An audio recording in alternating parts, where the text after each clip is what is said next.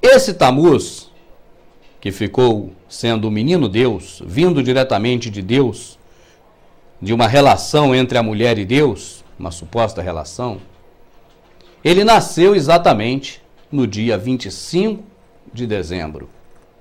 Tamuz, filho do Deus Sol, portanto, se filho de Deus, também Deus Sol.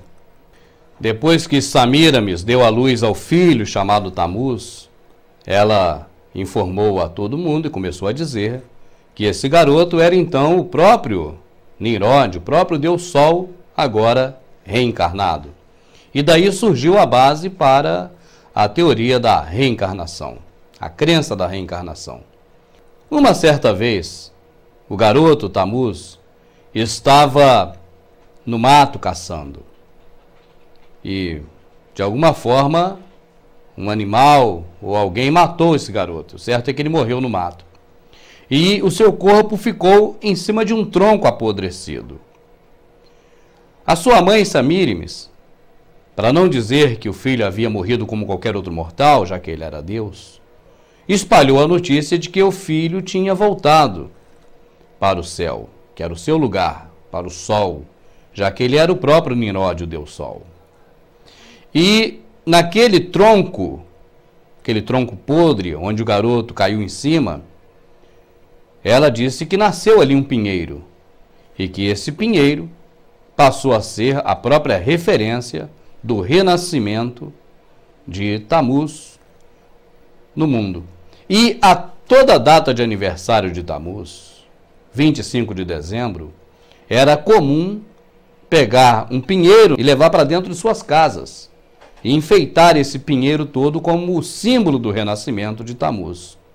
Uma prática que hoje se traduz pela árvore de Natal. A Bíblia, em Jeremias, fala sobre isso.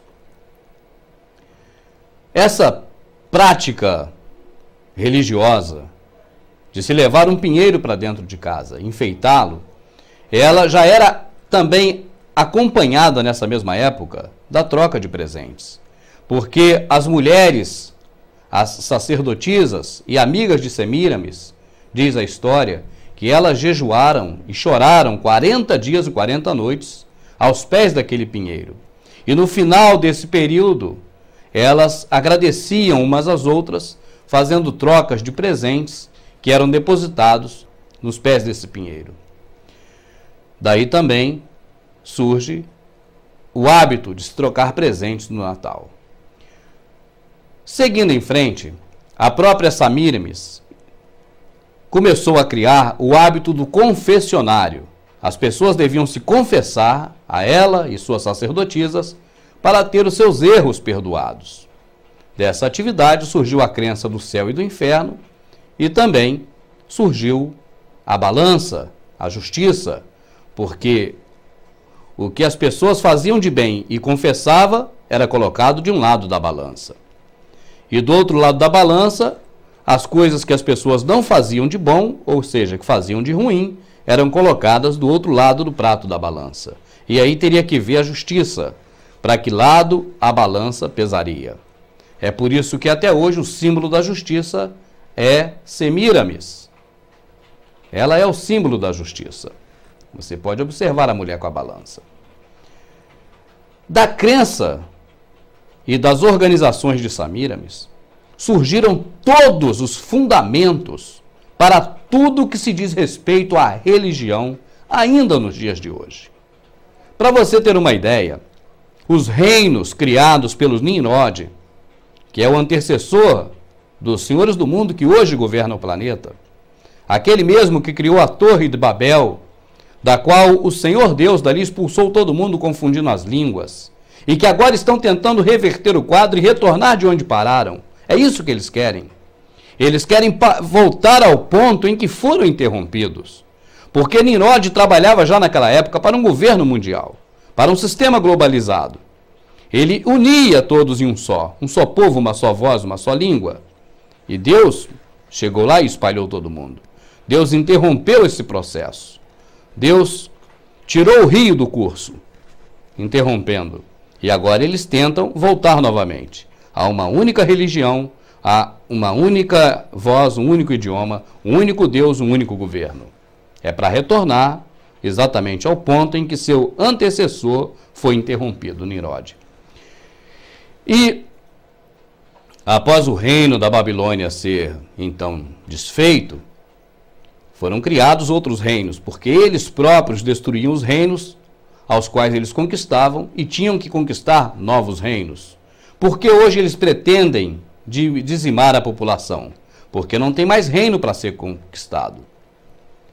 O Novo Mundo, as nossas Américas, essa região aqui, foi, na verdade, a última instância a ser conquistada por eles. Não há mais lugar nenhum no planeta para se conquistar. E eles não conseguiram sair do planeta. Nem na Lua conseguiram chegar. Não há o que conquistar mais. Então agora não tem outro jeito, a não ser dizimar todo mundo para recomeçar. Mas após a queda da Babilônia, quando o Império Persa começou a emergir, os deuses, esses mesmos deuses, Nimrod, o Deus Sol, Tamuz, o filho do Deus Sol, Semíramis, a mãe do céu, a rainha do céu, ou seja, essas mesmas divindades, elas passaram a fazer parte agora da cultura da Pérsia, com outros nomes. Agora a Pérsia também cai esse império e começa a surgir um novo império através de um jovem chamado Alexandre o Grande. E agora começa-se o império da Grécia a crescer. Esses deuses são levados agora para a Grécia e lá adquirem outros nomes. Nimrod passa a ser Zeus e assim por diante. Após a queda da Grécia, é a vez do Egito. E aí, esses deuses do Egito, eles são agora somados aos deuses persas, aos deuses babilônicos, aos deuses da Grécia, que são todos os mesmos, só que com outros nomes. Depois disso, chega o Império Romano, e do Império Romano acontece o mesmo fenômeno. Os deuses da Babilônia, os deuses persas, os deuses da Grécia, os deuses do Egito se somam aos deuses da Babilônia com os nomes adequados aos deuses da Babilônia, mas são sempre os mesmos. É sempre a figura do pai, a figura da mãe e a figura do filho. A família profana. E chega aqui aos nossos dias. E ainda hoje, nós temos Semíramis espalhado por todo lado. Aqui mesmo no Brasil, quando iam conquistando uma cidade, outra e outra, fundando essas cidades, já iam colocando ali um deus padroeiro. Para você ter uma ideia, no Rio de Janeiro é São Sebastião. Cada local tem um deus padroeiro. No Brasil tem a padroeira Semíramis, ou Aparecida do Norte. Hoje ainda acontecem as mesmas coisas que aconteciam naquela época. Os deuses são os mesmos, apenas têm nomes diferentes. E o Natal surgiu daí. 25 de dezembro, nascimento do filho de Nimrod, chamado Tamuz, que a transliteração para os nossos dias, acredite se quiser, é Jesus.